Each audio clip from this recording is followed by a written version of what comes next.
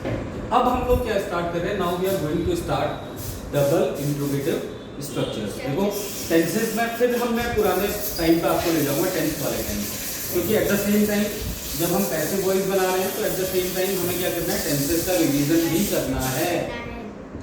इसका एक ही फायदा है पैसिव वॉइस बनाने का कि साथ के साथ आपका टेंसेस का रिवीजन भी हो जाता है। ठीक है, चलो अब हम फिर पुराने उसमें जाते हैं, टेंस वाले में जाते हैं। इसको मैं बोलूंगा फिर से एक्टिव डबल इंट्रोगेटिव एक्टिव या WH फैमिली, हमने पढ़ा हुआ है ना। अब मैंने WH फैमिली का कॉन्सेप्ट क्या बताया था आप लोगों को? WH फैमिली का कॉन्सेप्ट मैंने बताया था कि क्या, क्यों, कब, कैसे, ये सेंटेंस के बीच में आता है। और सिंपल इंट्रोगेटिव में मैंने क्या बताया था, क्या से स्टार्ट होता है, जो इससे जस्ट पहले अभी हमने किया हुआ। अब हम डबल इंट्रोगेटिव पढ़ रहे हैं। एक एग्जांपल ले लेते हैं कोई सा भी, जो हम नॉर्मल एग्जांपल ले रहे हैं, पहले नॉर्मल से समझेंगे फिर हम आगे बढ़ेंगे। जैसे अभी हम सीता खाना खाती है वाला एग्जांपल ले रहे हैं, तो उसी को कंटिन्यू कर लेते हैं। तो हम बोलते हैं सीता, क्योंकि ता है, ती है, ये आएगा लास्ट में। आप इंडेफिनिट पढ़ रहे हो, ठीक है ना। हालांकि हिंदी को आपको ज्यादा माइंड में रखना नहीं है, बट मैं पहचान की बात बता रहा हूँ। अब मैं डबल इंट्रोगेटिव WH फैमिली का, तो एग्जांपल लेता हूँ, सीता खाना क्यों खाती है, खाती, सीता खाना क्यों खाती है। अब स्ट्रक्चर याद करो, डबल इंट्रोगेटिव में जब हमने टेंसेस में इसका कन्वर्जन किया था, ट्रांसलेशन किया था, तो उस टाइम पे हमने ट्रांसलेट कैसे किया याद करो। सबसे पहले हम लोग क्या लगाते थे, WH फैमिली। उसके बाद हेल्पिंग वर्ब क्या होती थी वहां पे, डू और डज होती थी, यही होती। तो क्या हो जाएगा इस हिसाब से, व्हाई डज, फिर क्या आ जाता था, सब्जेक्ट, सब्जेक्ट आता था ना। उसके बाद क्या आता था, मेन वर्ब की फर्स्ट फॉर्म आता था। उसके बाद क्या आ जाता था, ऑब्जेक्ट। ये आपका स्ट्रक्चर होता था टेंसेस में, यानी एक्टिव फॉर्म होता था। अब इसको बनाओ जरा टेंस में, तो क्या हो जाएगा, does Sita Sita eat eat the food. ठीक है, WH फैमिली वाला है, सॉरी वाई आएगा, वाई डज, पहले अंग्रेजी किसकी बनेगी, क्यों की, WH फैमिली पढ़ रहे हैं ना। तो why does Sita eat the food. अब इसको पैसिव में कन्वर्ट करते हैं। अब देखो पैसिव में कुछ नहीं है, इससे पहले पैसिव इंट्रोगेटिव का आप कर चुके हो, कर चुके हो ना। तो सब वही रहेगा, बस क्या हो जाएगा, आगे से WH पैसिव कन्वर्जन में।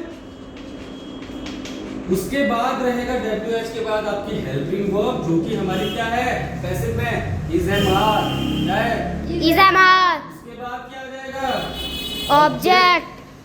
उसके बाद क्या आ जाएगा, MV3। फिर क्या आ जाएगा, बाय, फिर क्या आ जाएगा, सब्जेक्ट। सब्जेक्ट। ये आपका WH फैमिली का या डबल इंट्रोगेटिव का स्ट्रक्चर हो गया, पैसिव का स्ट्रक्चर। टेंसेस का स्ट्रक्चर नहीं, टेंस का स्ट्रक्चर तो ये लिखा हुआ है, ठीक। अब बनाते हैं, चलो इसको। अब स्ट्रक्चर हमारे सामने है। You can try, you have to try, क्योंकि मुझे ऑलरेडी आता है, आप ही को तो सीखना है। बनाओ एक बार और बोलना, मैंने सेंटेंस क्या लिखा था, why does Sita eat the food?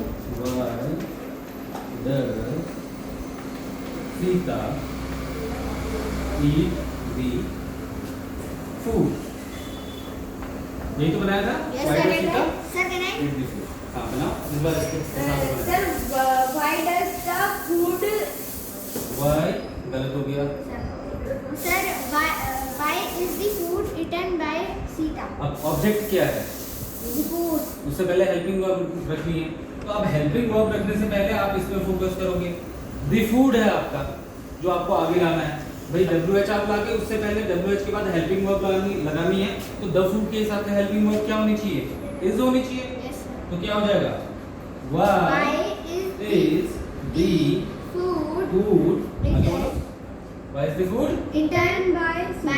eaten By Sita. by Sita? बन गया। Yes, sir.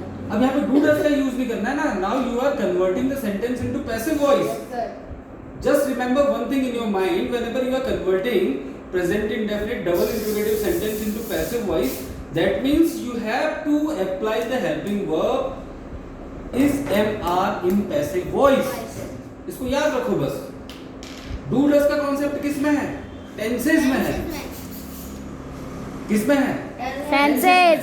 या जब आपको स्ट्रक्चर मिलेगा एग्जाम में, आपके स्कूल के एग्जाम में आपसे बोलेंगे you have to convert the sentence into passive voice, तो वहां पे why does Sita eat the food ही लिखा रहेगा। अब आपको सोचना है कि यार ये कौन सा टेंस है? प्रेजेंट इंडेफिनिट है, डज लगा हुआ है क्योंकि WH फैमिली है। तो when you are going to convert this sentence into passive voice, at that time your mind should work कि हाँ भाई it's time to use the helping verb of passive voice जो कि प्रेजेंट इंडेफिनिट के लिए बनी है, and that is MR। Getting the point? Yes, sir. तो प्रेजेंट इंडेफिनिट में हेल्पिंग वर्ब क्या है? इज MR ही है पैसिव वॉइस के लिए। डू डज किसके लिए है? टेंसेस में। अब क्लैश मत करना अपने माइंड में, यार do does is MR, do does is MR, दोनों अलग अलग कॉन्सेप्ट हैं। टेंसेस अलग चीज है, एक्टिव पैसिव अलग चीज है। इस चीज को बहुत क्लियर कट अपने माइंड में बैठा लो। टेंसेस अलग कॉन्सेप्ट है, एक्टिव पैसिव वॉइस अलग कॉन्सेप्ट है। दोनों की हेल्पिंग वर्ब में डिफरेंस है। चलो इसी में एक नेगेटिव देता हूं, अब अपने मन से बनाने की आप अटेम्प्ट करना है इसको। चलो एक लिखो जरा सेंटेंस में बता रहा हूं आपको, आप इसका पैसिव बनाना, ठीक है? इसको नेगेटिव में बनाते हैं जरा।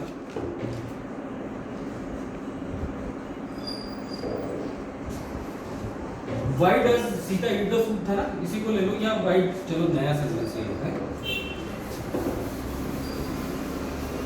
इसकी अंग्रेजी बनाना हर्षित जरा। मोहन क्रिकेट क्यों नहीं खेलता है? टेंस में पूछ रहा हूँ मैं, पैसिव में नहीं पूछ रहा हूँ। मोहन क्रिकेट क्यों नहीं खेलता है? Why does Why Mohan does Mohan not Play cricket. play cricket? play Cricket. cricket? ठीक है? Yes, sir. Why does Mohan not play Not play cricket. cricket? ठीक है? अब इसका पैसिव बनाओ प्रखत, इसका पैसिव क्रिएट करने की कोशिश करो। ये डबल इंट्रोगेटिव ही है लेकिन नेगेटिव फॉर्म में है। किसमें है? डबल इंट्रोगेटिव नेगेटिव के साथ है। कैसे बनेगा? सोचो कुशाल, हर्षित सोचो। Sir, why is cricket played by Mohan? Not played by Mohan. ठीक है, बनाओ भाई, आप लोग बनाओ, फिर मुझे बताओ आंसर क्या होना चाहिए इसका, पैसिव वॉइस क्या होना चाहिए? Sir, why is ऑब्जेक्ट क्या है? क्रिकेट है भाई, सिंगल गेम है, इजी लगेगा। why is cricket not played by Mohan? Why is cricket Not played by Mohan. not played by Mohan? सही है? Yes, sir. ऐसा तो नहीं कहो why is not cricket played by Mohan.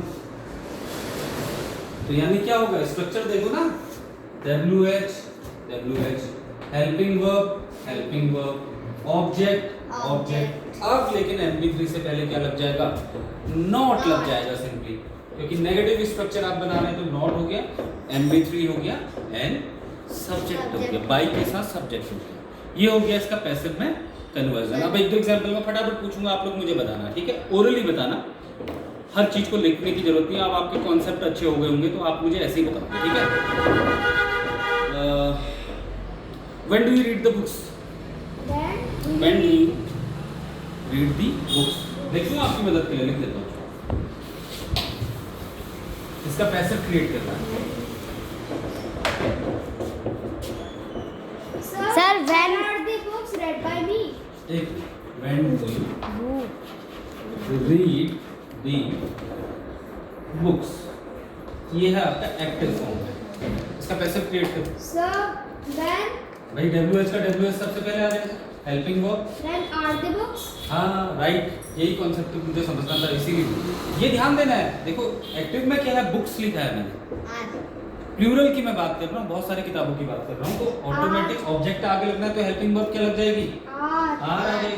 The books. When are the books? अब क्या Read होगा? by me.